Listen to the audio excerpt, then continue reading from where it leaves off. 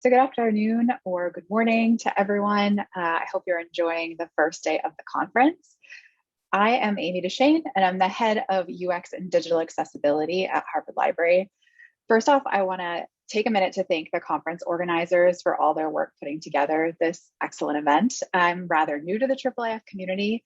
I had previously done usability testing on Mirador and a couple of other prototype kind of projects, but I hadn't done much engagement with the community until the end of last year when my boss invited me to participate in a Discovery for Humans community call. And that meeting sort of led to this interview project that I'm going to tell you about today. And for this project, I also want to give a big shout out to the entire research team. So this is members of the D4H group, including Ben Bakelar, Richard Higgins, Jeff Mixter, and Stacy Reddick. There's a ton of hard work that went into this project, and we all never met in person, and we got it all done.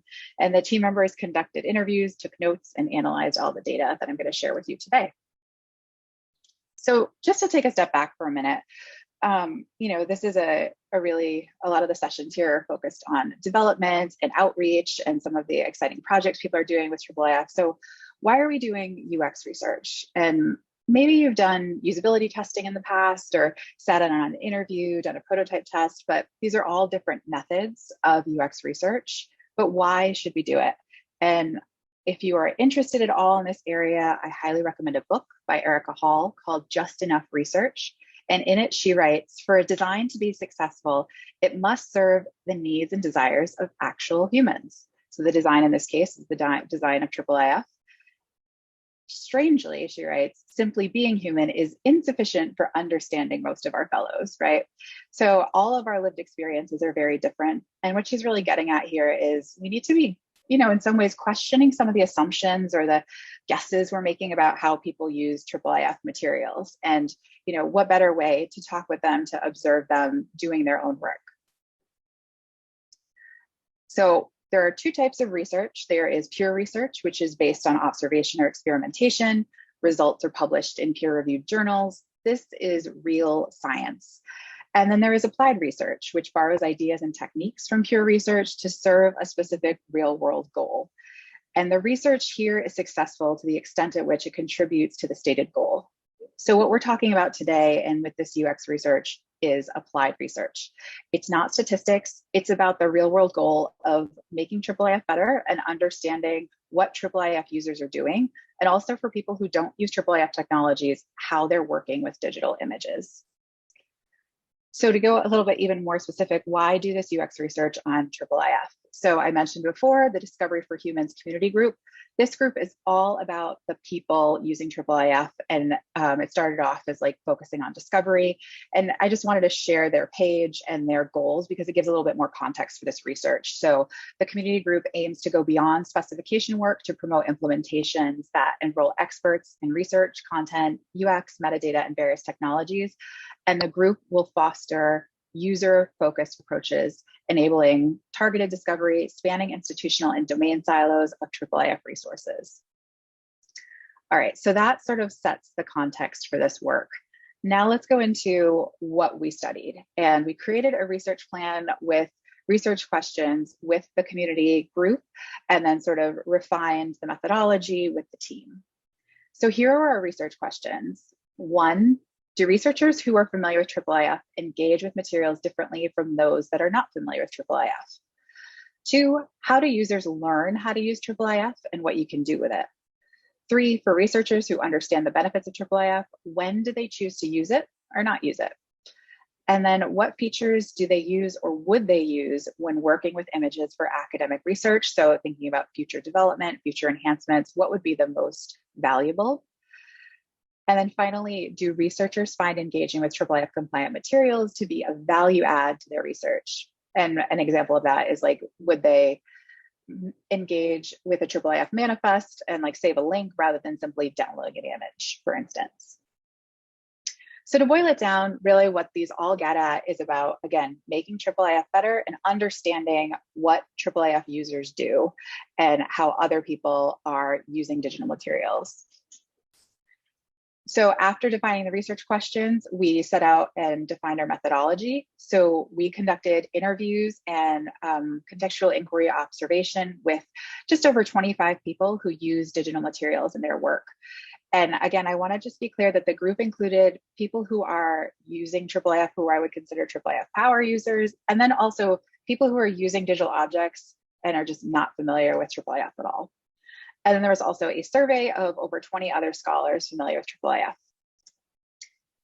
The initiative was truly a global initiative. We had 19 researchers, fellow faculty members, and graduate students, and 6 library or museum staff members as participants. And we had people from France, Italy, Japan, UK, and the US. And the survey was sent to IIIF training attendees and other IIIF users from other areas in the EU. And if you were listening to this and you participated, thank you so much for participating. And if you contributed by suggesting a participant, I also am very, very appreciative of that. Like I said, I'm new to the community, so without the help and that everyone provided, I wouldn't have, it would have been very difficult to recruit people to participate in these interviews. All right, so that's the framing of what we did and what we were looking to learn from this study. So I'm going to go into 10 insights now that we learned from the research. So the first one here, IIIF does not replace the desire to have a digital copy of the object. And this is really the majority of people we talk to, even people who are familiar with IIIF, most of them don't trust that links are always going to work. And it's easier to have a set of thumbnails with your own research context at your fingertips. People talked about wanting to see everything they were using together. And if they were only just limiting themselves to IIIF, they might be missing things that they took pictures of at an archive, or things that have been digitized pre-IIIF, all those kind of things. Second here is IIIF compatible materials are not a primary source for most scholars and researchers. So what this means is that they're not focused on just finding IIIF sources, right? Their motivation is really driven by the materials here. So it is, the motivation is really like they want to study a certain topic. They go find everything they can or what is relevant to their topic. And, if they know how to use IIIF, find a IIIF compatible material, maybe they take advantage of some of the functionality, but that is not the driver for most people's research. And I say most people, there are some people who it is, and we'll talk about those different kinds of users in a minute. Number 3 here is most users are only using the viewers like Mirador for the basics, like viewing and zooming while doing research. They're not often using features like comparison and rotation. So there's implications here about what is the most useful, especially like the initial presentation of the viewer, if most people are just doing Zoom and then wanting to download the item. Number 4, discovery in general is not a critical part of advanced research, especially if they've been working in the field and working on their research topic for a while. But it's more important that if a researcher is motivated to use IIIF, it needs to be easy for them to discover the manifest they want. And I know that this is something that's already been, lots of discussion around how to make it more consistent, finding the link to the IIIF manifest. But this is a real barrier for people learning to use IIIF, for trainees and things like that. When they go to the collections that they're interested in, they've been told, oh, it's IIIF enabled, and then they're hunting around for that IIIF icon or the link to the manifest. It's frustrating, and you can lose people at that point. And then 5 here, IIIF is most closely aligned to the needs of things like presentation, exhibit building, teaching, and reference, not research. And again, this is in general for the 25 people we spoke with. I realize that there are, other researchers who are driven by IIIF, but in general, for people who are aware of it and not using it all of the time for their own research, these are the other places where they would find it very useful. So 5 more insights here. Number 6, most users are unable to clearly articulate what IIIF is. And this, I certainly empathize with the participants, because as I was learning about IIIF, I often conflated IIIF, the standard, and the viewer, right? The presentation, things like Mirador, Universal Viewer, and that is definitely what participants talked about. Like, when you ask them, how would you define IIIF? It'd sometimes be like, well, it allows you to zoom in and like, compare or something. They'd be talking about the features of the viewer. So I think there's just, a more education can be done there around what the IIIF standard is and what it allows you to do.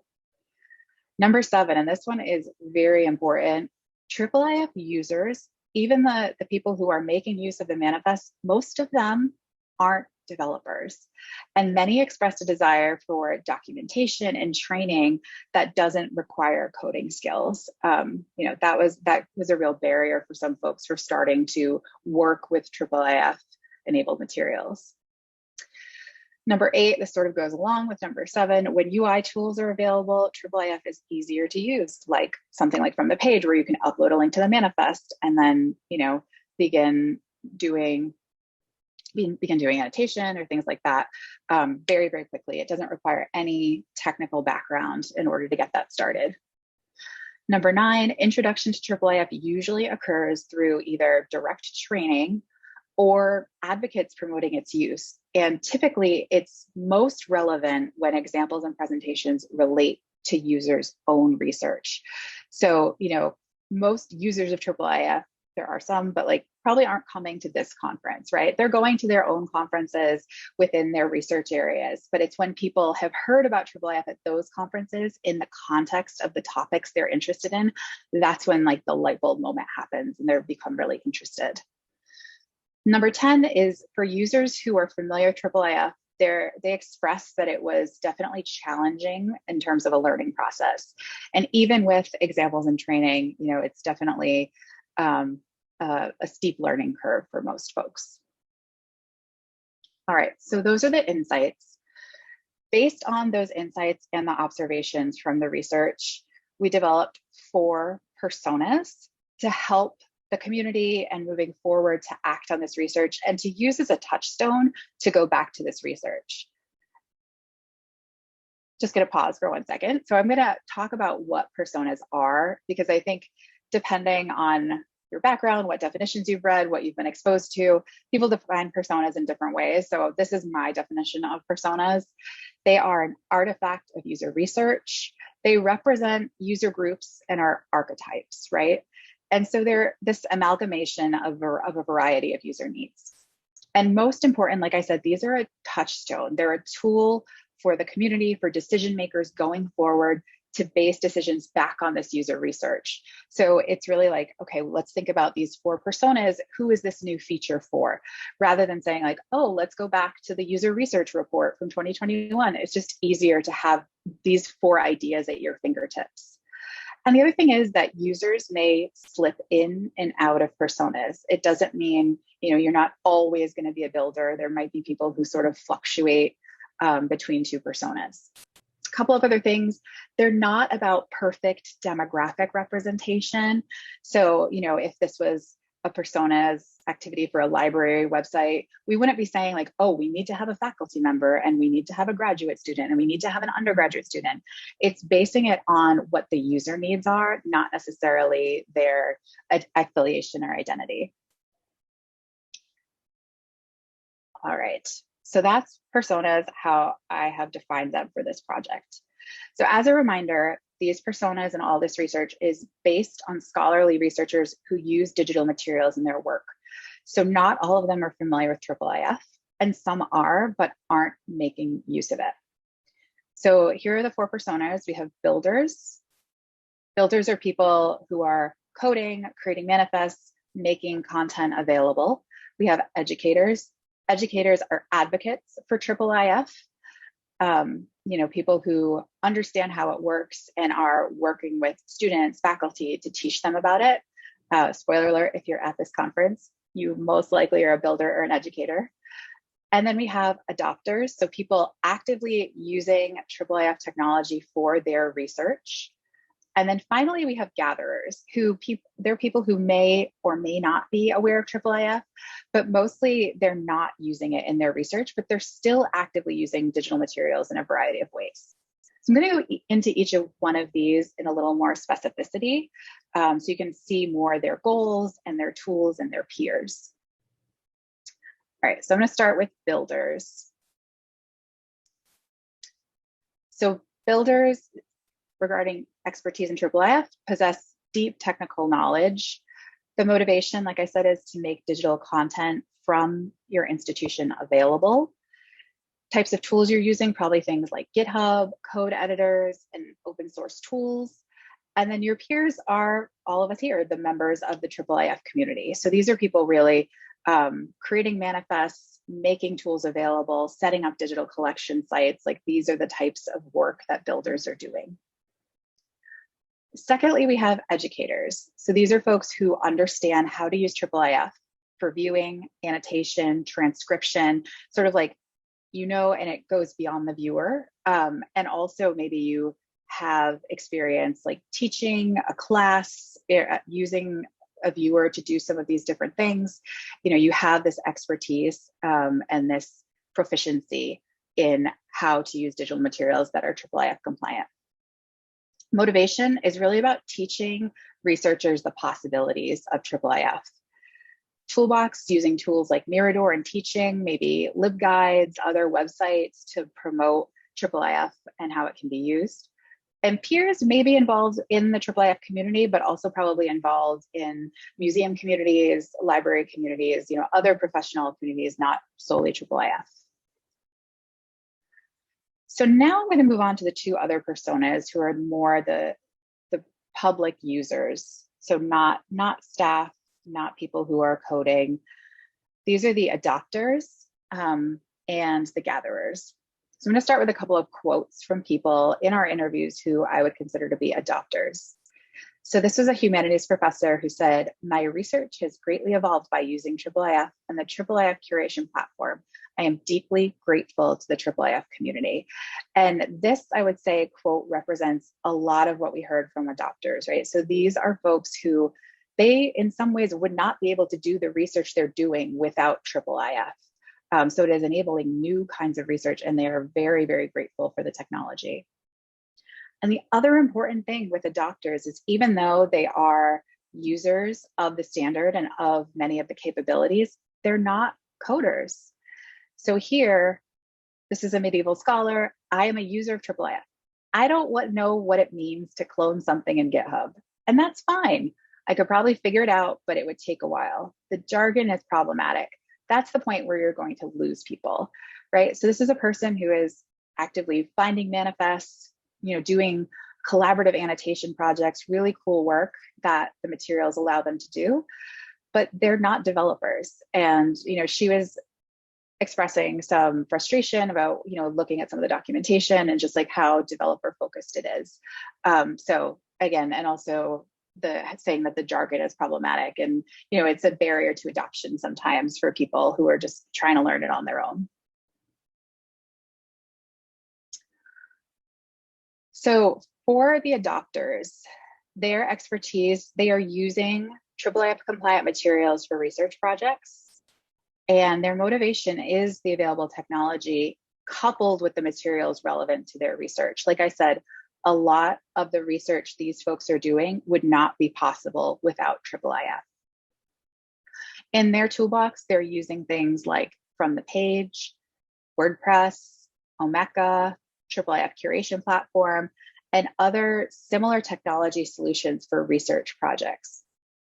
So things that are, maybe require a little bit of technical know-how, but don't require a full set of developer skills to get up and running. And for their peers, they're involved in their own research communities more than the IIIF community, but some of them may be involved in the IIIF community as well.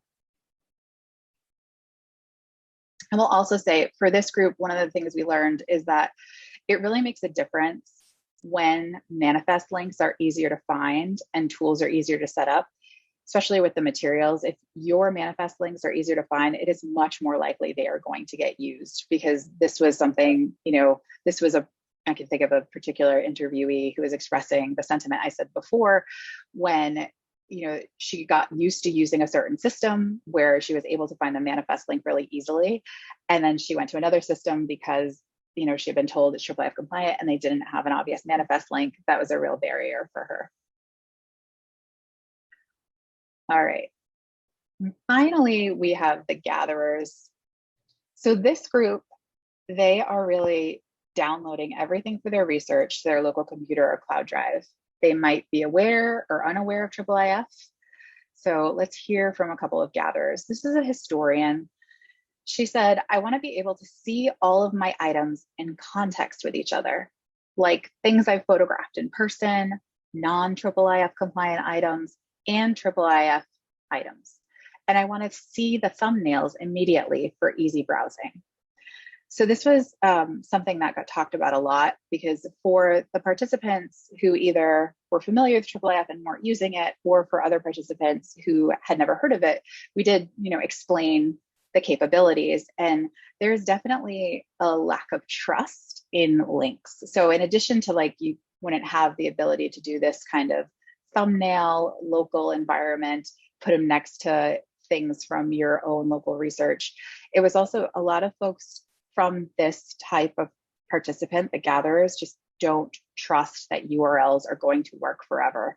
They have been burned before, they want to be able to download things. Another thing that came up is being able to crop things and have that crop saved locally and just go back to it very easily. This is an art historian who talked a little bit about this idea, and she said, I always have a basic level of skepticism when it comes to claims of permanence and availability of online material. Like I said, most people, even for adopters, they've experienced broken links in the past. It's just really one of the differences between the adopters and the gatherers is what is their tolerance for risk. Some of the adopters talked about I know that digital stuff might be impermanent, and I've had to find workarounds for that. How am I going to archive my work? How am I going to save my work? And for the gatherers, they're not interested in that. They want to save that copy locally and have it at their fingertips. And the other thing that got mentioned as sort of a counterpoint to, I think, one of the benefits some of the adopters would say was well, I'm saving disk space because I don't have to download things locally. Well, for the gatherers, they wanted the fastest load time. And they said, my local machine, I know it's always going to be the fastest load time compared to loading something in the browser. So that was sort of a counterpoint. So for the gatherers' expertise, they're not using IIIF. They may be aware or unaware that it exists.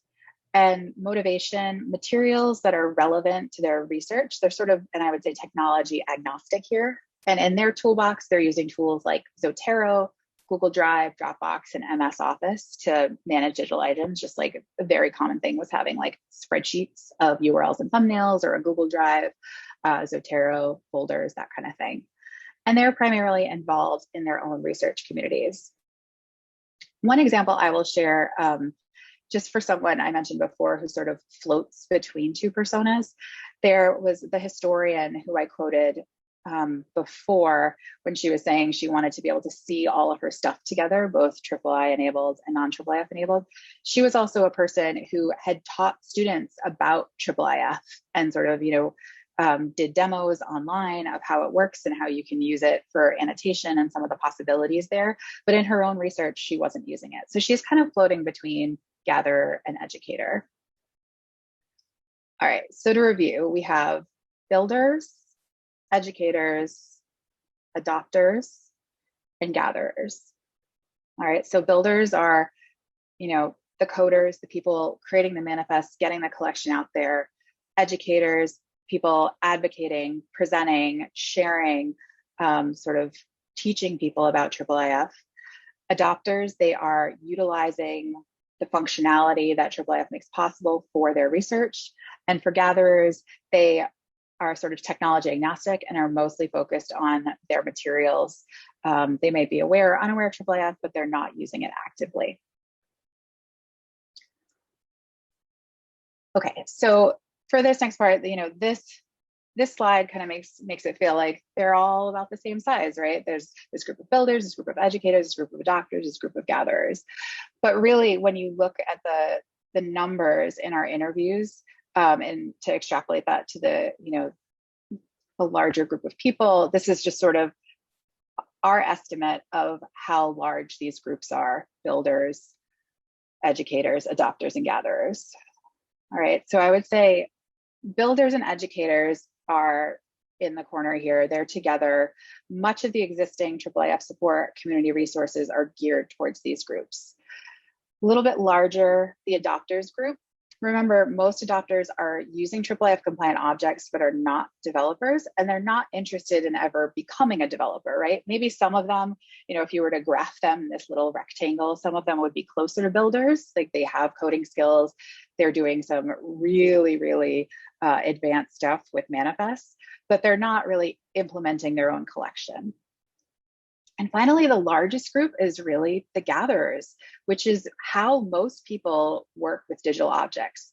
They're not using IIIF and getting along just fine. And that's why I wanted to, just explain at the beginning why it was important to have this. Both we're studying people who use IIIF, but also other people who are using IIIF, other people who are using digital materials that are not IIIF enabled.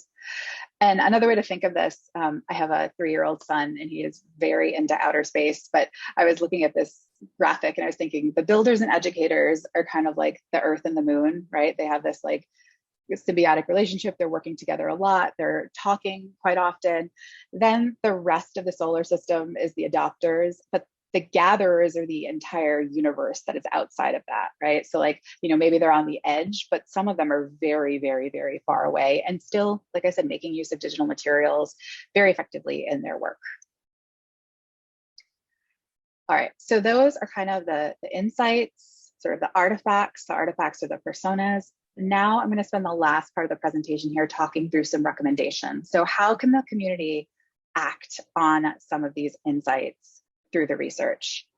So the group came up with 5 recommendations for action. I'm going to go through these and there's some specific things in each of these. So number 1 is focusing on subject area outreach. 2 is expanding the IIIF community. 3 is to be more user-focused. 4 is to establish standards for user interfaces. And 5 is to create documentation and support focused on use for non-implementer audiences. And I know there is work already, some presentations have actually happened today about some of, small things that are already happening in these areas, but this is just sort of big picture ways to move forward on this research. So the first thing, focusing on subject area outreach. Identify and promote examples of digital scholarship and publication using IIIF. Increase outreach about IIIF at academic conferences for historians, art scholars, book arts, manuscript researchers, etc. I will say, one thing I've learned about the IIIF community, there's a lot of medievalists using IIIF. And I was like, why is that? And a lot of them pointed to a conference that they had been to. So I think that is really key, is like getting the word out that way. And lastly here is just build more tools that don't require coding skills to implement. And I know that's very easy for me to say as a person who has come again and did interviews, but really like thinking about what are like quick start kinds of things that people don't need to know how to use GitHub. They don't need to set up their own server to get started. The second recommendation is to expand the IIIF community. So first here, create a community system based on research areas like American history, graphic design, manuscripts, places where there might already be a little bit of activity, and seek to grow those. Second, seek collaborations with digital humanities researchers, projects, and labs for sure. And lastly is to create a space where users can generate their own IIIF collections based on subject area. And one of the things that I was pointed to a lot at the beginning when I was learning and sort of getting my feet wet with IIIF is IIIF Awesome. And I was super excited to look at those tools. And, it was very inspiring, but it's focused on tools that showcase development skills and is very coding forward, right? So, in what ways can the community be more research area forward to help increase adoption? The third recommendation here is to be more user-focused. So conduct further user research, especially among adopters. I would say like if there's going to be a next phase of user research, there are definitely different kinds of adopters and they're sort of looking for different things. So how can you better understand that group of people? Because they are really going to help, I think, drive the future of the IIIF technology. base future development on user research, even like prototype testing, quick surveys to get design feedback. There's a lot that can be done, especially because the community is so active. 3, provide common language guidance based on the type of use. So if you're a teacher, you might find this functionality useful. So again, how can those personas become touchstones and help drive the discussion forward? And lastly here is to conduct future research on use cases for interacting with IIIF links and icons. And again, I know this is research and work that's already been started, so that's exciting to see. 4, establish standards for user interfaces. So this, again, something that I'm sure many of us are already aware of, something that came up in the interviews, just having guidelines for what the IIIF logo does when you click on it, what is the visibility, to help standardize the experience across platforms. And second here is to create a cookbook of best practices for implementing IIIF in discovery systems. So what kind of guidance can, the central community give to all of the builders and educators that are out there and the people who are helping create the interfaces where people discover these resources. And 5 here is to create documentation and support focused on use for non-implementer audiences. So create documentation and tutorials for users who are not developers, right? So how can that be a little bit easier? How can we reduce the barrier to entry for those audiences? And providing project examples related to real work that non-technical IIIF users are doing. So for the folks who participated in these interviews and are adopters, I am sure they would be happy to share information about their work in this kind of resource. And that can sort of be a jumping off point for other people to take inspiration. So just to review the 5 recommendations for action: focus on subject area outreach, expand the IIIF community, be more user-focused, establish standards for user interfaces, and create documentation and support focused on use for non-implementer audiences. All right, so those are the recommendations. I'm gonna sort of wrap this up by reviewing the research questions. So again, these are the research questions I went over at the beginning. And I just wanted to share them again because rereading them, you can see where we were making a lot of assumptions about how people work with digital materials online that were sort of disproven by this research in some ways. And I think if we were to write, a new version of these research questions based on what we know, they'd be very different. So for number 1, do researchers who are familiar with IIIF engage with materials differently from those who aren't? And this is not necessarily. There were definitely participants who knew about IIIF and choose not to use it because, they don't trust links. They don't trust it's going to work. They like having the local copy and they see a lot of benefits for that.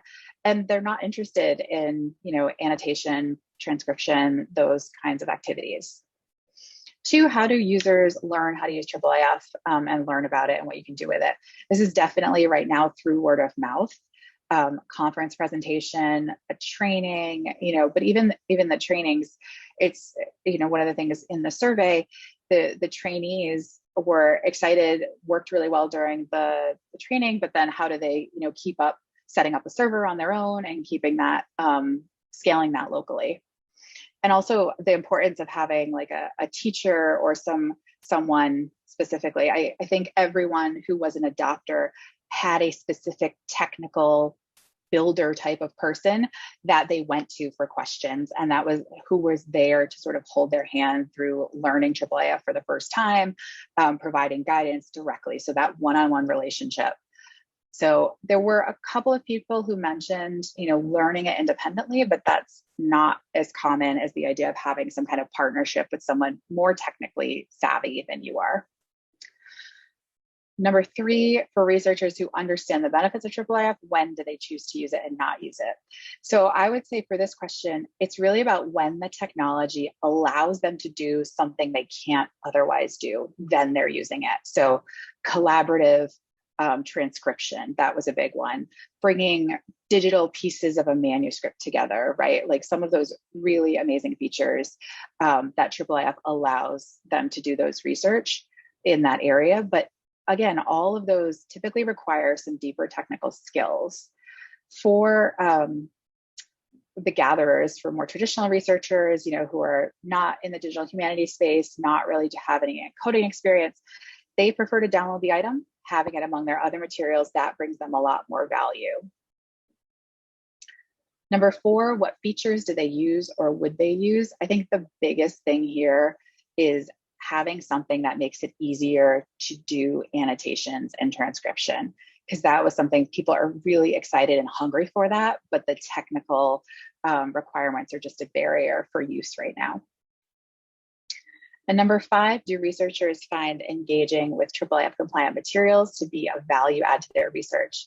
And again, I would say this is a similar answer to the previous one. And this is really only if the technology is enabling to do their work in a new way or use the technology in a way that they're interested in exploring. All right, so that wraps up my talk.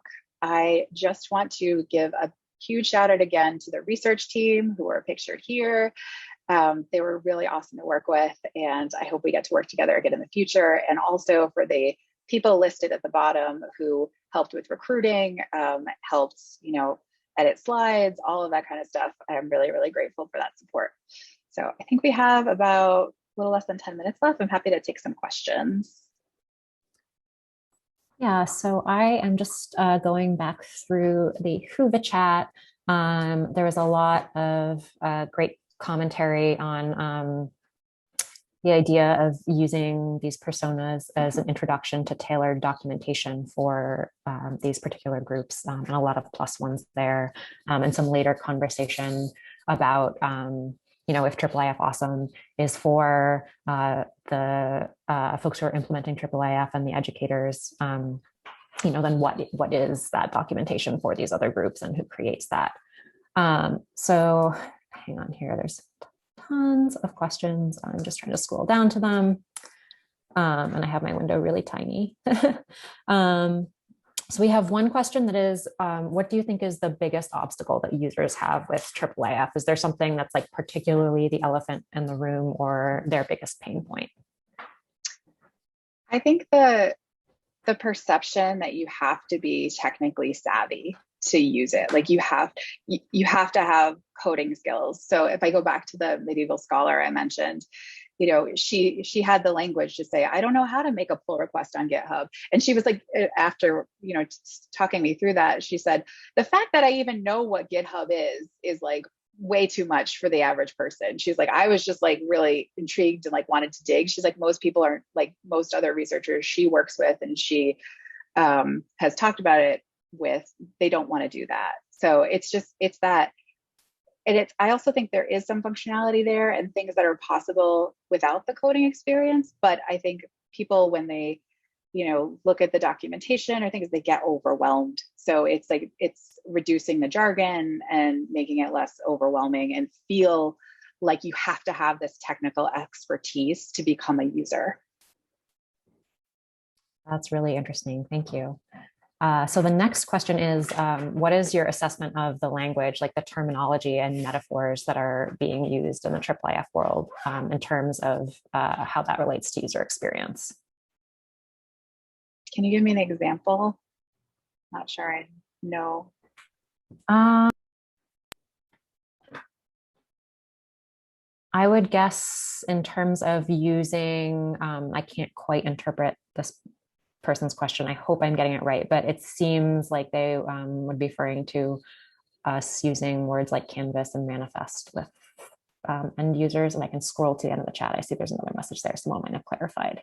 Okay. Yeah, the manifest. Yeah, I think for adopters, like for people they know what that is. They want the manifest, right? For everybody else, it doesn't make any sense. Like it's either like the thing or the messy code, like the JSON file. Like they usually want, if they are a gatherer, they're just looking for the stuff, they want to look at the item. And they're not using words like canvas and manifest. But even for the adopters, I don't think I heard anyone use the word canvas, but definitely manifest. They know what that is, and they know why they need it for their research. Great, thank you. Okay, so I am scrolling through. Oh, there's some questions in the Q&A here.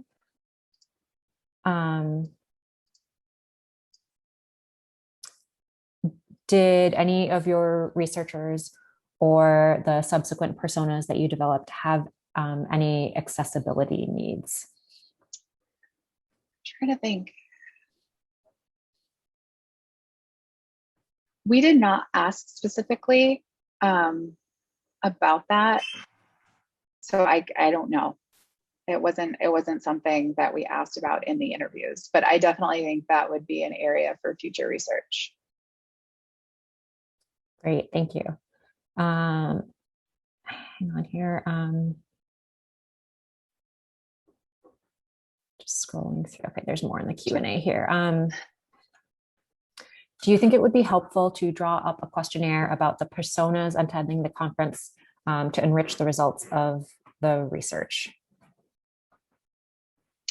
Like a questionnaire about, like, I'm just trying to imagine what that would be.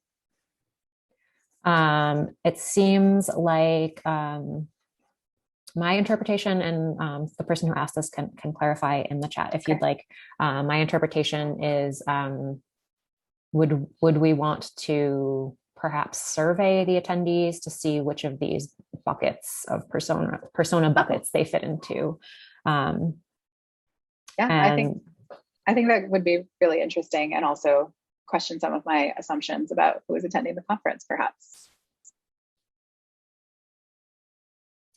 Great. Okay, and then I realize we're just about at time, but I will read this one other question. Advanced researchers had less of a need for discovery, although they did need to easily access materials. I'm wondering how this intersects with the gatherer's persona. Are there specific sources of interest that gatherers often use to find and access info, and are these domain specific? Yeah, I definitely think for both adopters and gatherers, they know where to go to get the materials they want. So for adopters, they're motivated, like for many of the adopters talked about going to Biblissima because it was very easy for them to get to the IIIF manifest they were interested in. It was just very, very direct. But they also knew that, like I said before, other systems were IIIF enabled, had IIIF compliant materials, but it was harder to find the actual manifest link. Some people talked about like trying to look at the URL for like one manifest link they found and then like delete the end and find the number and like do that. And like a gatherer is never going to do that. Like that's just extra work. And for the gatherers, I think it's the same thing. I think it's like once you're in your domain, you know, like, okay, these are the journals in my area. This is the place. I know the Met has the collections I'm really interested in. I know the Smithsonian has this thing. And we've seen this in other research that I've done too, is like often it doesn't matter how terrible a discovery interface is. If you want the thing, you will find the thing. So like for folks who were trying to get the IIIF manifest and it was difficult to find, I think if they couldn't do that thing with the URL and like trying to figure out the code, they would find someone who worked there and say like, can you please send me the IIIF manifest? In the same way where like, if you are using items from, a museum and you don't like their website and it's really difficult to use, that is not going to be the barrier for you. You are going to get the item however you can get it. Right, great. Thank you, Amy, so much. This was really wonderful and fascinating research, and I'm so happy that we got to share it with everyone. And thanks everyone for attending. We'll be back in about 15 minutes for the next sessions to start. Thanks all. All right, bye everyone. Thanks again.